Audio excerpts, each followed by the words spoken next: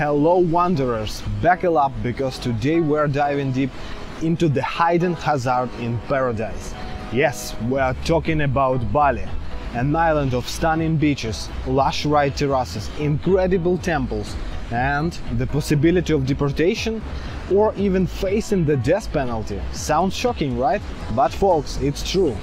Don't get me wrong, Bali is a fantastic destination, but like every country it has laws, and these laws need to be respected.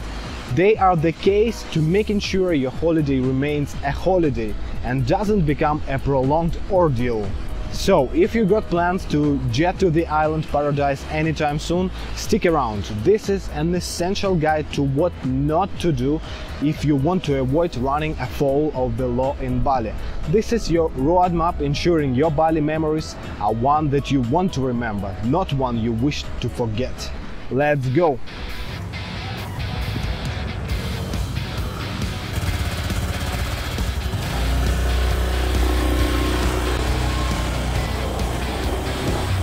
One-way ticket to paradise sounds like a dream, doesn't it? Well, in Bali this dream might actually turn to a bit of nightmare. That's right, folks, I'm talking about arriving in Bali without a return ticket. Picture this, you are on the flight, brimming with anticipation. You can already feel the Balinese sun on your skin, taste the delicious nasi goreng on your lips. You disembark, your heart pounding with excitement, only to be stopped at the immigration line. Why?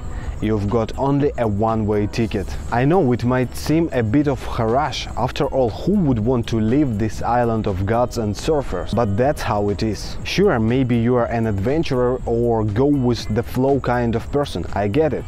But the idea of buying a round-trip ticket feels like you are putting a limit of your fun. But trust me, you are better off with it.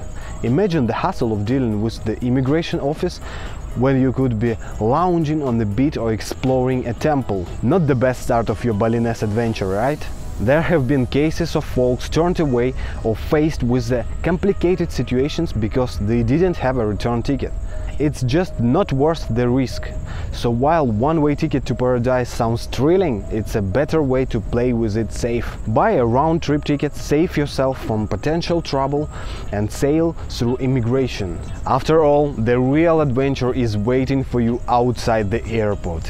Working without permission. Oh, the beauty of Bali. It's no surprise that many travelers dream to extend their stay. And what is the better way to do it than working while you're there? But before you dive headfirst into a Balinese job opportunity, pump the brakes, because there is something you need to know. Working in Bali isn't as straightforward as landing on the island, falling in love with its charm and picking up a part-time gig on your favorite beach bar. No, folks, just like in many other parts of the world, doing work without a proper work visa or permission is illegal. And believe me, the authorities don't take kindly to it. It's not just about working in traditional roles. Maybe you are a whiz with camera, or perhaps you are a fitness guru, or maybe you know Bali like the back of your hand and want to share its beauty as a tour guide. I hate to be the bearer of bad news, but the same rules apply here too. Let's say you are a talented photographer. You've got the skills, the equipment and the breathtaking backdrop of Balinese beaches and temples. You think, why not to make extra bucks doing a few photo shots of the tourists?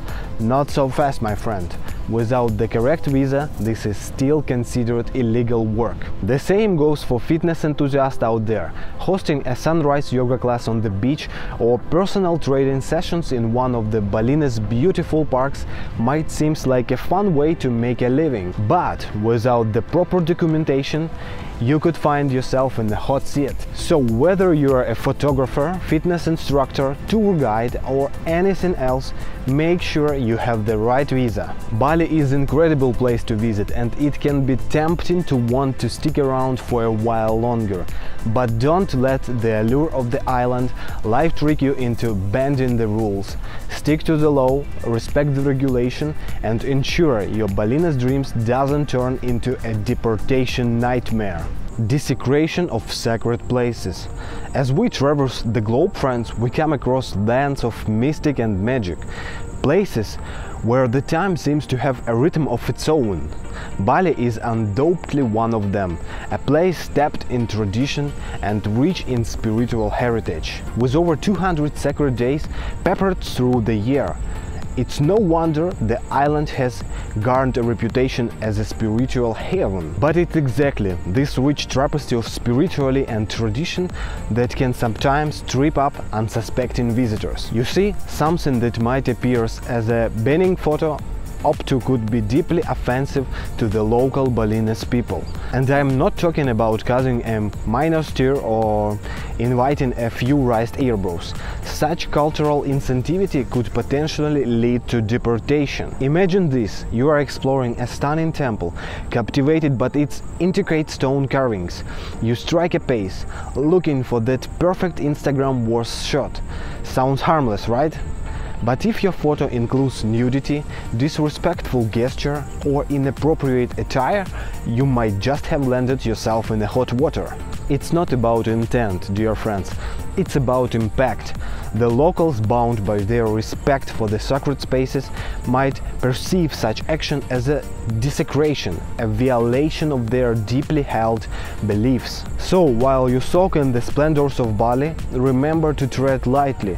Immerse yourself in the culture, but always respect its boundaries. Be mindful and respectful of the local customs and traditions. Inappropriate attire or action might not only ruin your holiday, but could also lead to several consequences, such as deportation. Friends, there is one area that requires your utmost attention and caution while you are in Bali. It's a topic of paramount importance, and it involves the use, possession, or trafficking of drugs. Listen to this part very carefully, as this could literally mean the difference between life and death. You see, in Bali, just as in the rest of Indonesia, drug-related offenses are not taken lightly, far from it. Indonesian laws are incredibly severe and uncompromising when it comes to narcotics.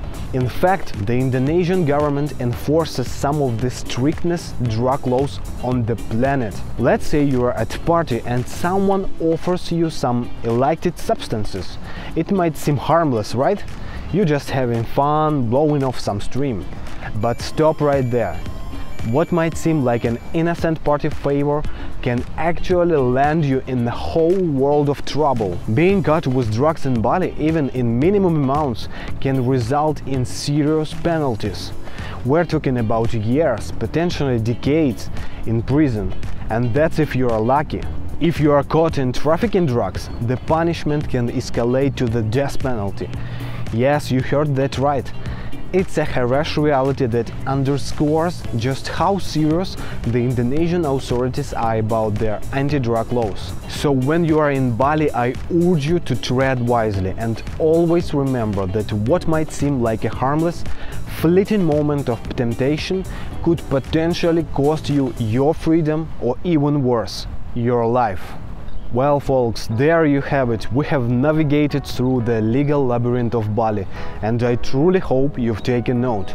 I'm sure you agree that these warnings are worth their weight in gold. The idea is not to scare you away from this gorgeous paradise, but to equip you with all the necessary knowledge to navigate it safely and responsibly. After all, awareness and respect for local norms are crucial to a memorable and hassle-free travel experience. That's the end of our journey today, but a lot of exciting videos about Bali waiting for you in the future. So if you haven't already, hit that subscribe button to join me. An informed traveler is a safe traveler.